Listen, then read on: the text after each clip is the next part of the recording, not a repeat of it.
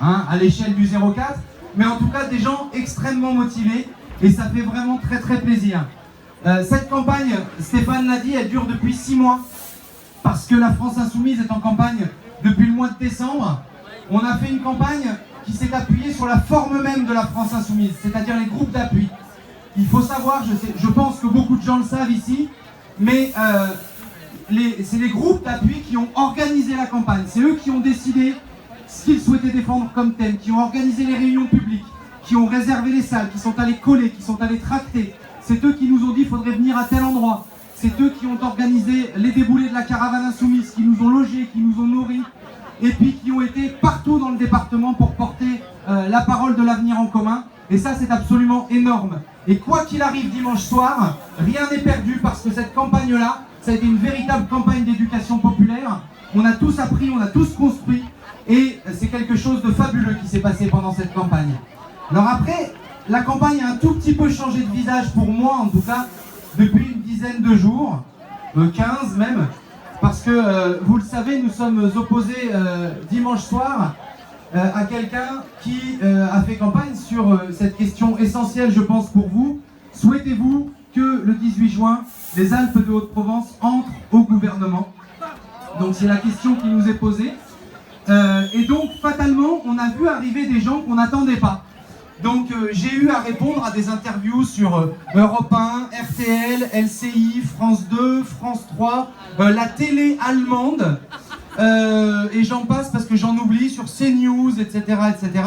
Alors bien entendu, on n'avait pas la prétention de croire que c'était la beauté de notre campagne ou le charisme de notre candidat qui a amené tous ces gens-là dans le 04, mais on a quand même saisi cette tribune et on a essayé à chaque fois de défendre notre point de vue et ce qu'on défendait dans cette campagne. Alors, notre point de vue, moi je l'ai dit à chaque fois, le vrai candidat, c'est pas moi, c'est pas Evelyne, le candidat c'est l'avenir en commun. C'est notre programme, c'est autour de notre programme que les gens se sont réunis, qu'ils ont organisé des groupes d'appui, qu'ils ont créé des réunions publiques, qu'ils ont eu envie de s'investir en politique. On a vu débarquer des gens qui n'avaient jamais milité politiquement, parce que bien sûr, ils avaient tous milité à leur manière, associativement, syndicalement, etc. Et tous ces gens sont venus nous rejoindre pour construire ce mouvement qui est aujourd'hui la France Insoumise. Ça nous a porté à des horizons inespérés, parce que je ne pense pas qu'on aurait parié sur 19,6% des voix au soir du 23 avril. Et la défaite qu'on a subie ce soir-là, ce n'est pas une défaite électorale, c'est une immense victoire électorale.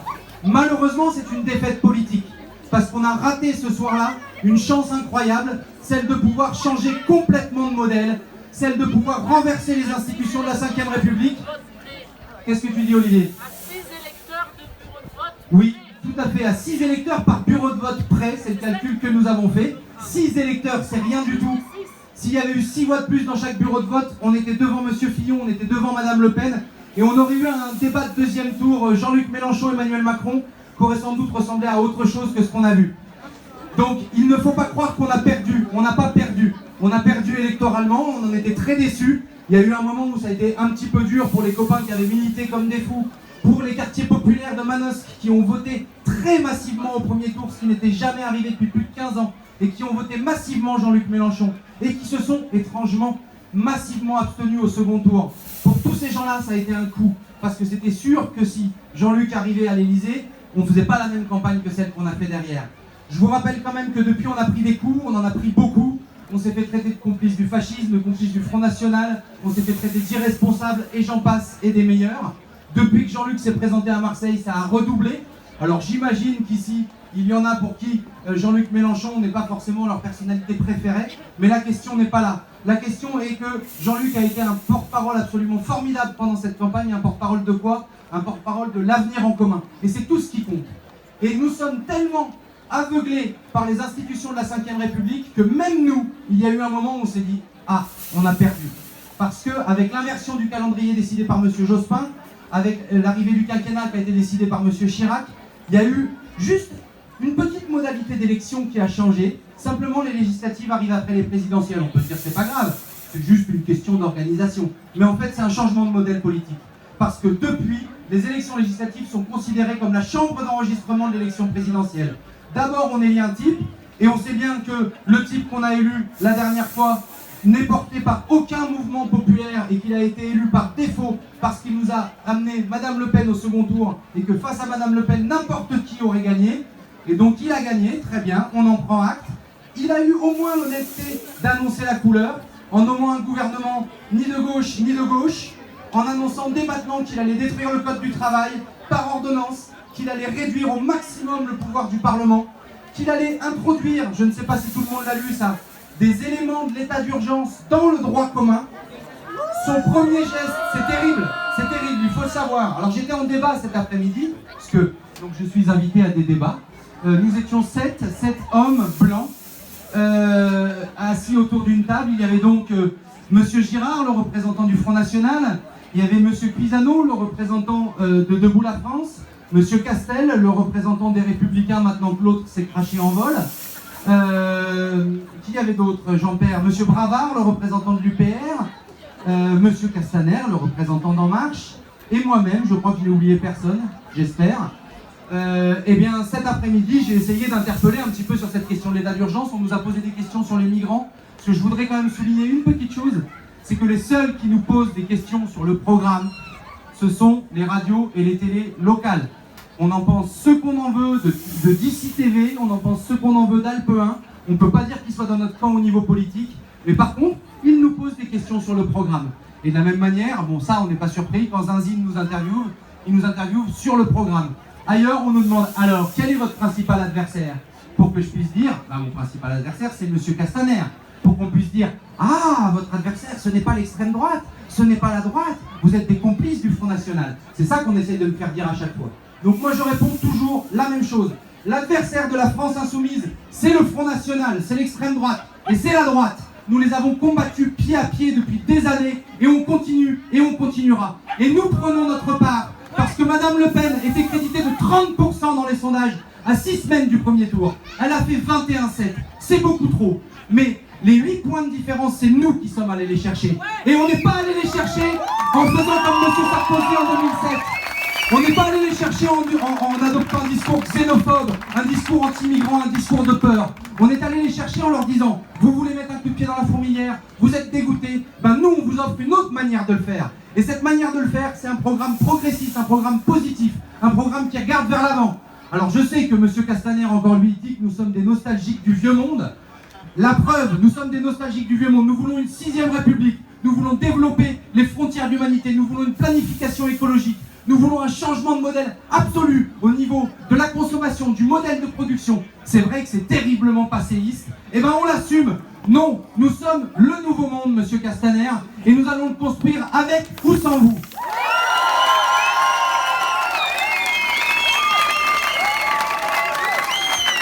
Vous m'excuserez si je m'enflamme un peu, mais je me suis super bien tenu à DC TV cet après-midi.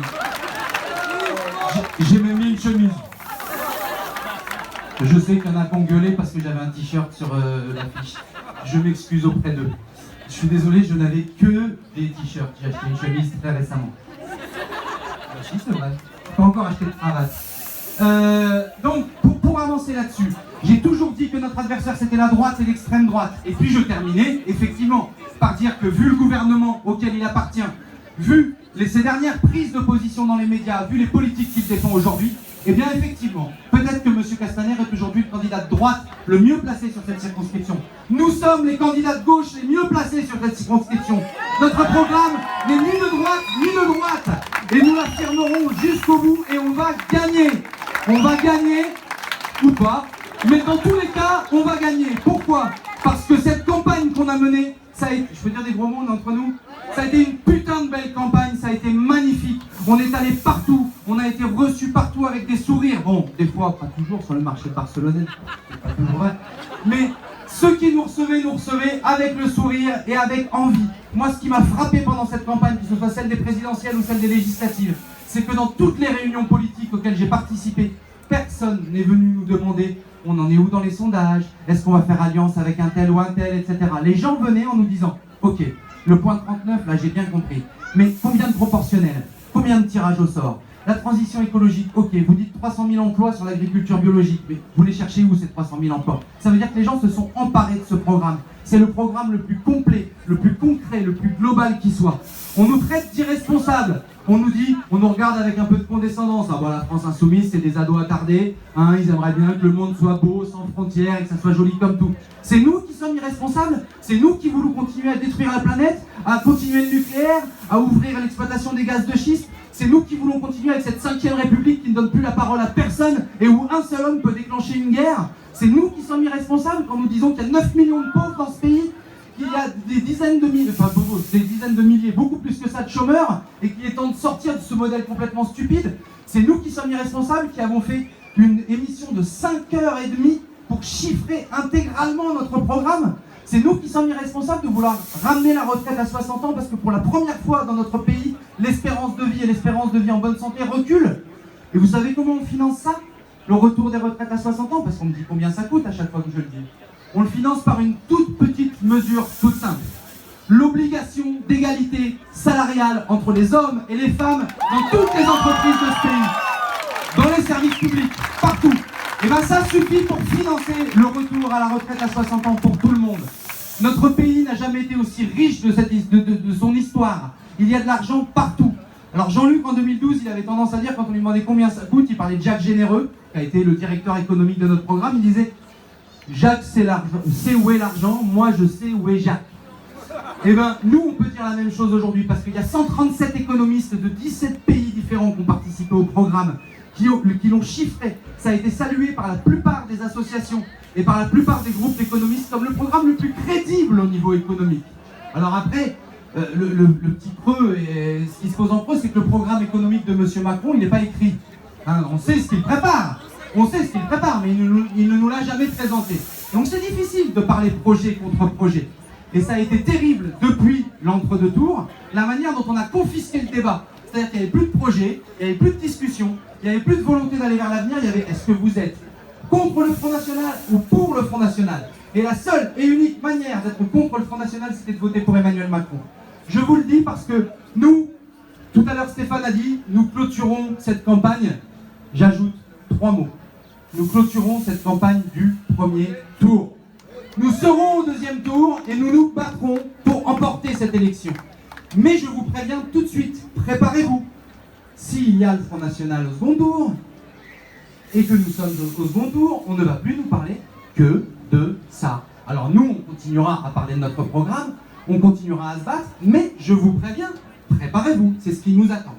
Alors en attendant, c'est la dernière soirée de la campagne du premier tour. On est super heureux de la vivre avec vous. Ça fait vraiment, je le répète, un chaud au cœur, et c'est pas du cinéma, parce que parfois dans le camion, tout seul sur les routes, c'est un petit peu compliqué. Ça fait super plaisir d'arriver. Moi je suis arrivé à 18h30, tout était préparé. Il y aurait trop de merci à dire, et puis dire merci, ça veut dire que ces gens-là ont fait ça pour moi, ce qui est totalement faux. C'est un immense bravo que je voudrais adresser ce soir à tous les insoumis de cette circonscription, à tous les copains qui se revendiquent pas insoumis mais qui sont venus nous aider, à Macadam Bazar qui vient jouer pour nous ce soir, au groupe Roman, dont je dirais pas le nom parce que j'ai peur de dire une bêtise, à la Batucada de Saint-Michel l'Observatoire, à tous les copains qui nous ont soutenus, accompagnés, j'en oublie forcément. Stéphane qui est ici, c'est l'initiateur du groupe Roman, du groupe d'April Man. C'est lui qui, avec d'autres copains que je vois là-bas, ont organisé toute cette soirée. Je n'y suis absolument pour rien. Un immense bravo à eux, un immense merci. Et c'est vraiment à l'image de notre campagne, et c'est cette parole-là, cette parole politique que l'on veut porter, et qu'on portera jusqu'à l'Assemblée nationale. Alors là, dimanche, vous avez un choix. C'est très clair. Soit vous votez pour la droite et l'extrême droite. C'est un choix. Je ne le commenterai pas. Soit vous votez pour En Marche, parce qu'on entend beaucoup « Ah, mais il faut donner sa chance à M. Macron, s'il n'a pas de majorité, il ne pourra pas mettre en place sa politique. Les cohabitations ont toujours immobilisé la France. » Alors, je voudrais mettre fin à une légende urbaine. Hein. On me dit toujours qu'il y a eu trop de cohabitations, et en plus, ça a immobilisé la France. Il y a eu 2 cohabitations sous la Ve République. 2. En 1986, M. Mitterrand a été obligé de nommer M. Chirac Premier ministre. Pour ceux qui ont mon âge ou un peu plus, ils doivent se rappeler de M. Pasqua, de M. Pandreau, de M. Monory. Je pense pas qu'on puisse dire que ça a été un gouvernement immobile. Je pense pas du tout. Je pense qu'ils sont allés beaucoup plus loin que les gouvernements de droite qui étaient là avant. Et puis après, il y a eu une deuxième cohabitation en 1997, quand sur les conseils de Dominique de Villepin, M. Chirac a eu cette idée fabuleuse de dissoudre l'Assemblée nationale où il était majoritaire. Et puis bizarrement, il s'est retrouvé minoritaire. Alors il était obligé de nommer Monsieur Jospin, Premier ministre. La gauche plurielle de l'époque, c'était pas forcément ma tasse de thé, c'était pas forcément ma couleur politique. Mais ce qui est sûr, c'est qu'on leur doit les 35 heures. Ce qui est sûr, c'est qu'on leur doit la revalorisation du lycée professionnel, puisqu'à l'époque, c'était Jean-Luc Mélenchon qui était secrétaire d'État à l'enseignement professionnel, et ainsi de suite, et ainsi de suite. Donc quand on vous dit, attention, si vous ne votez pas Macron, la France va être immobile, c'est totalement faux. C'est totalement faux. S'il y a un député insoumis à l'Assemblée nationale, eh ben notre voix porte jusqu'à l'Assemblée nationale. Et puis c'est une écharpe qu'on mettra dans tous les cortèges contre la nouvelle loi travail, dans tous les cortèges de soutien aux migrants. Et puis peut-être qu'ils taperont moins sur l'écharpe que sur les gens à côté, et qu'on portera cette parole-là. Si on est 15, on peut créer un groupe parlementaire. Donc ça veut dire qu'on est dans les commissions à l'Assemblée nationale, ça veut dire qu'on peut porter la parole à la tribune, ça veut dire qu'on peut déclencher une enquête parlementaire. Et je sais que là, dans vos têtes, tout de suite, ah oui, une enquête parlementaire, vous avez plein d'idées sur lesquelles il faudrait emmener une enquête parlementaire. Si on est 58, à savoir 10% de l'Assemblée, on peut déposer une motion de censure. Ça veut dire qu'à chaque fois que le gouvernement présentera quelque chose, ne serait-ce que l'habilitation pour gouverner par ordonnance sur la future loi travail, eh bien on peut déposer une motion de censure et demander que le gouvernement engage la confiance. Si on est 185, on peut demander à tenir un référendum. Et pour nous, ça veut dire une et une seule chose. Enfin non, on peut vouloir dire plein de choses, mais en tout cas, une première chose, ça veut dire demander la réunion d'une assemblée constituante pour passer enfin à la 6ème République. Il suffit qu'on soit 185 à voter cette demande de référendum et qu'il y ait 4 millions de Français qui nous soutiennent et on passe à la 6ème République. Et puis bon, si on est 289, Jean-Luc Mélenchon est Premier ministre, on va pouvoir bien rigoler. Donc, rien n'est perdu. Arrêtons d'être aveuglés par cette idée qu'un monarque a été élu, un monarque jupitérien, et qu'il peut décider de tout. Donc dimanche soir, vous avez le choix, droite et extrême droite. Un petit mot quand même, si vous votez LR, vous votez En Marche. Si vous votez PS, vous votez En Marche. Vous pouvez aussi voter France Insoumise, c'est pas interdit. Et puis, vous avez la proposition du gouvernement Macron, qui est une proposition, ça a été dit par les copains du POI et par Morgane tout à l'heure, une proposition de casse du code du travail, de casse de tous les acquis du Conseil national de la résistance. C'est pas un hasard si Jean-Luc termine ses discours en parlant des jours heureux. Les jours heureux, c'est le programme du Conseil national de la résistance. 4 ans. Ils sont restés 4 ans et puis ils sont partis. On leur doit la sécurité sociale, on leur doit la sécurité de l'emploi, on leur doit la CAF, on leur doit la 5e semaine de congés payés, etc. 4 ans et ils sont partis. Moi j'espère qu'on restera 2 ans. Pourquoi ? Parce qu'on va réunir une assemblée constituante, elle va travailler, et une fois qu'elle aura travaillé et qu'elle aura décidé de la constitution à proposer aux Français et que les Français auront voté, ben nous on s'en va. Nous on s'en va et ce sera 2 nouvelles élections et je ne peux même pas vous dire la forme qu'elles auront. Est-ce que ce sera une assemblée nationale? Est-ce que ce sera autre chose? Mais nous on s'en va et on rentre à la maison et ça sera à la nouvelle assemblée de décider de la suite. Mais pendant ces 2 ans-là, on ne restera pas immobile. Même si c'est une cohabitation, on ne restera pas immobile. Il y a plein de choses qu'on peut faire tout de suite et on les fera. Et la première chose, ça sera de proposer aux Français de changer de paradigme à tous les niveaux. On a rencontré sur notre chemin, en allant vers l'Ubaï, en allant à Sisteron, des collectifs de migrants. Je ne sais pas si vous savez ce qui se passe dans votre propre département, à Sisteron, à Barcelonnette et ailleurs. Il y a actuellement des gens qui sont dublinés, c'est-à-dire qui vont devoir repartir dans le pays par lequel ils sont entrés en Europe. Et ce sont des jeunes Érythréens, des jeunes Afghans, des jeunes Soudanais qui sont là à Barcelonnette, qui sont là à Sisteron et qui subissent la loi terrible de l'exclusion et du refus de l'autre. Et la première mesure qu'a pris le gouvernement Macron, c'est M. Collomb qui l'a prise hier par rapport à ça. Il a envoyé 150 nouveaux gendarmes mobiles à Calais pour poursuivre les 600 migrants qui s'y sont retrouvés pour qu'ils ne puissent pas reconstruire la jungle. C'est leur première mesure en direction des migrations. On a parlé du code du travail, on a parlé de l'état d'urgence, on a parlé de tout ça. Il nous faut nous mettre en résistance. Alors je sais qu'il y a beaucoup de gens parmi vous qui croient que la résistance, qui pensent que la résistance, elle se fait dans la rue, et ils ont parfaitement raison. J'ai suffisamment de journées de grève sur mes bulletins de salaire de ces 5 dernières années pour vous dire qu'on y était dans la rue, mais ça ne suffit pas. Il faut absolument envoyer des députés insoumis à l'Assemblée nationale qui porteront ce combat-là et qui le représenteront. Et de la même manière, envoyer des députés insoumis à l'Assemblée nationale, ça ne suffit pas. Il faudra aussi descendre dans la rue, il faudra aussi les soutenir, il faudra aussi les surveiller, parce qu'on sera encore en 5ème République. Et donc, nous serons des députés de la 5ème République, et donc il faudra qu'on fasse très très attention. Mais ce sera le thème du tract d'entre-deux tours, je vous le dis tout de suite, nous serons des députés de la 6ème République sous la 5ème République. Ça veut dire que nous serons totalement transparents sur l'utilisation de l'argent public, que nous ne chercherons à aucune seconde à nous enrichir, que nous continuerons à avoir des assemblées générales insoumises comme nous en avons depuis 6 mois, une fois par mois dans la circonscription, qu'il y aura des réunions publiques, qu'à mi-mandat, on viendra demander la confiance à nos électeurs en leur disant est-ce qu'on continue ou est-ce qu'on continue pas. Et s'ils disent que bah non, on continue pas, et ben on se retirera. Nous serons des députés de la 6ème République. Donc je vous le dis ce soir, ce n'est pas gagné. Très clairement, on a eu un rouleau compresseur médiatique en face de nous absolument terrible. Je ne sais pas si vous avez lu le publi-reportage de la Provence d'il y a 2 jours, absolument magnifique. Alors je tiens à préciser que j'ai des sudoku niveau très difficile. Donc je suis plus fort que le secrétaire d'État aux relations avec le Parlement, ce qui fait que des sudoku de niveau difficile. Mais on a tout ça en face de nous, donc ce n'est pas gagné. Ne croyons pas que parce qu'on est nombreux ce soir, parce qu'on est heureux d'être là, on a gagné. Non, mais par contre c'est gagnable. Et ça, il faut s'en persuader, parce que ça fait trop longtemps qu'on pense qu'on est du côté des perdants. Et moi, je vous dis, ce soir, on peut gagner. Dimanche soir, on peut gagner. Et puis, si nous, on montre ça, si les Alpes-de-Provence 2e circonscription montrent qu'un porte-parole du gouvernement peut dégager comme ça, juste parce qu'on l'a décidé, eh ben, on enverra un immense message au reste de la France et au reste du monde en disant « On est là, on est la France insoumise et on va gagner !»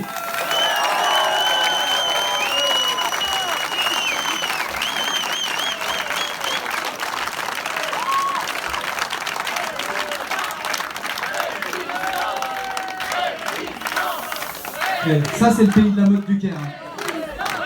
Faut pas leur faire. Alors, je l'ai dit tout à l'heure, il y aurait trop de merci à dire et puis je vais oublier du monde. Mais tout ce que vous avez vu sur Facebook, les vidéos, le Facebook lui-même, le fil Twitter, tous les tracts, tout ce qu'on a fait pendant cette campagne a été fait par nous avec nos petites mains. On a tout fait nous-mêmes, on a tout écrit, on a tout mis en page. Et donc, quand je dis on, bien sûr que c'est pas moi, bien sûr que c'est pas Evelyne et moi. Bien sûr que c'est pas Stéphane Uriot qui n'est pas là mais qui va arriver, qui est notre directeur de campagne, c'est tout le monde. Et il y a eu un boulot formidable de fait. Alors un immense bravo pour ce boulot-là. Et puis surtout, on lâche rien, on va jusqu'au bout. La campagne se termine ce soir à minuit, mais vous pouvez encore aller emmerder le monde entier en leur disant dimanche soir, votez France Insoumise. Voilà, j'ai pas grand chose d'autre à vous dire si ce n'est que Macadam Bazar qui va jouer tout à l'heure. C'est le groupe qui a joué juste avant Jean-Luc Mélenchon le 18 mars à la République. Alors quand même, s'il vous plaît. Merci à tous, bonne soirée, le micro est ouvert encore s'il y a besoin.